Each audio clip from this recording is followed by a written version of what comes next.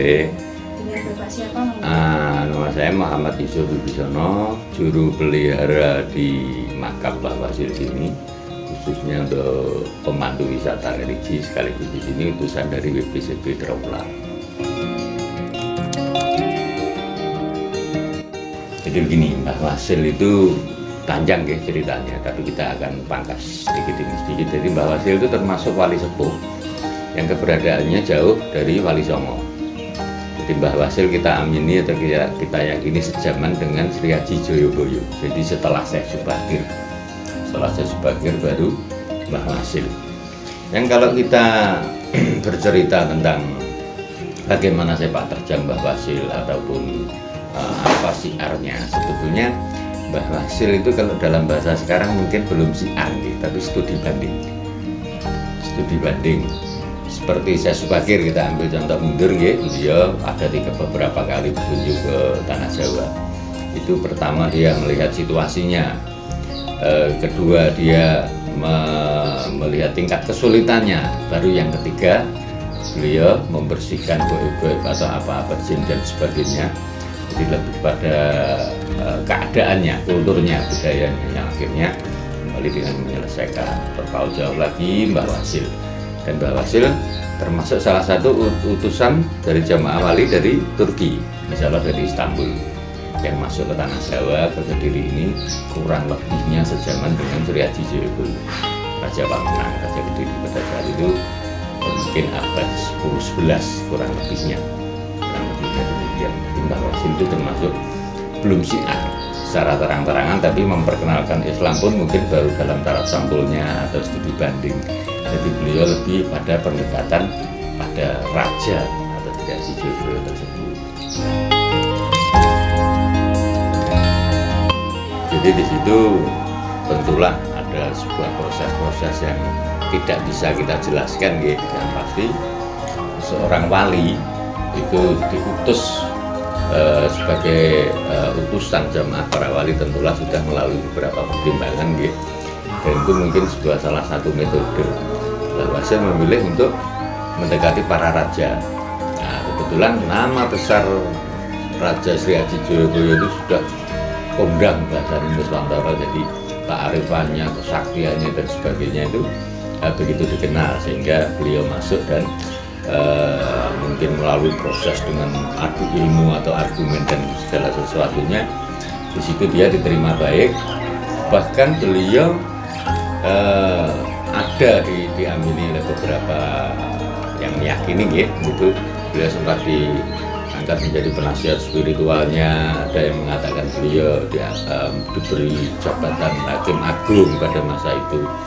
Dan di situ sebetulnya tetap pada konteks awal, Mbah Wasil masih dalam taraf studi banding.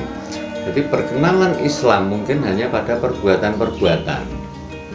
Kalau dengan rajanya jelas, tadi sampai dimunculkan kitab musyarat, berarti secara tidak langsung Mbah Joyoboyo sudah harus syahadat atau masuk Islam dan sebagainya, ya. Tapi kalau pada masyarakat mungkin Mbah Wasil baru menjelaskan tentang, oh itu di agamaku tidak baik, agamamu apa? Islam. Terus asalnya kondi, mungkin dari Mekah, makanya Mbah Wasil juga dikenal sebagai Pangeran Mekah di sini, mungkin demikian. Nah, itu sebutan sebagai gelar-gelar. Mungkin baru dalam taraf nasihat, belum dalam pengislaman mungkin pada masa itu. Terus dari pengunjung seluruh Indonesia itu banyak yang kemarin dari Kalimantan, Sulawesi, Bali, seluruh Indonesia, gitu. Itu dalam catatan saya, kalau tidak COVID seperti ini, gitu, dalam bulan-bulan biasa itu akumulasi dalam satu bulan tidak kurang dari 15 sampai 20 ribu. Itu bulan-bulan biasa. Di bulan-bulan khusus seperti Rajab, terus seperti ini, bulan-bulan menjelang Ramadan seperti ini, itu biasanya bisa mencapai 25 sampai 30 ribu dalam satu bulan, bahkan lebih. Untuk angka, ya, untuk hari atau bulan memang kita tidak ketemukan, gitu. Tidak kita ketemukan sebuah keterangan itu. Hanya Mbah Wasil wafat atau sudah juga pada masa-masa itu mungkin 1100 atau lebih sedikit atau kurang sedikit, wallahu alam. Tapi yang pasti kita membuat haul pada bulan Rajab. Kita ambil supaya mata rantai untuk PHBI, kita mata rantai dengan kegiatan masjid, terus mungkin di situ ada khataman, lomba-lomba atau dan sebagainya. Di situ kita ambil, kita sepakati, kita haul Mbah Wasil pada bulan Rajab. Dan mengenai anak cucunya, kalian bisa berkunjung di Bandar Pondok Maunasari. Nah, Maunasari di situ ada di Pondok Mbah Yai Mudris itu yang diyakini beliau masih keturunannya. Nanti yang kalau kalian ingin mengetahui silsilah atau keturunan nasab-nasabnya di situ, kalian bisa mengambil silsilah di situ, insya Allah untuk kepentingan studi akan berjalan.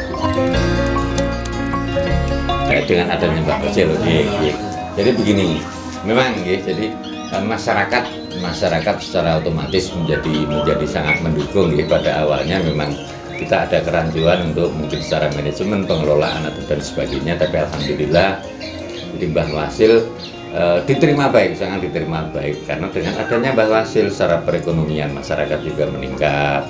Seperti hanya di sebelah utara makam, di situ ada warung-warung atau yang sebagai penunjang wisata kuliner atau dan sebagainya, pernak-pernik di situ menjadi meningkat dengan adanya Mbah Wasil. Seiring waktu sampai sekarang akhirnya Mbah Wasil menjadi sebuah wisata religi atau salah satu ikon kota Kediri yang cukup dikenal.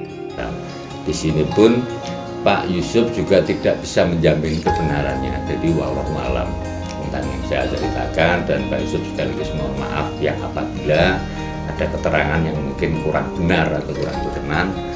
Secara pribadi Pak Yusuf mohon maaf. Jadi itu tadi secara ringkas atau singkat tentang Mbah Wasil.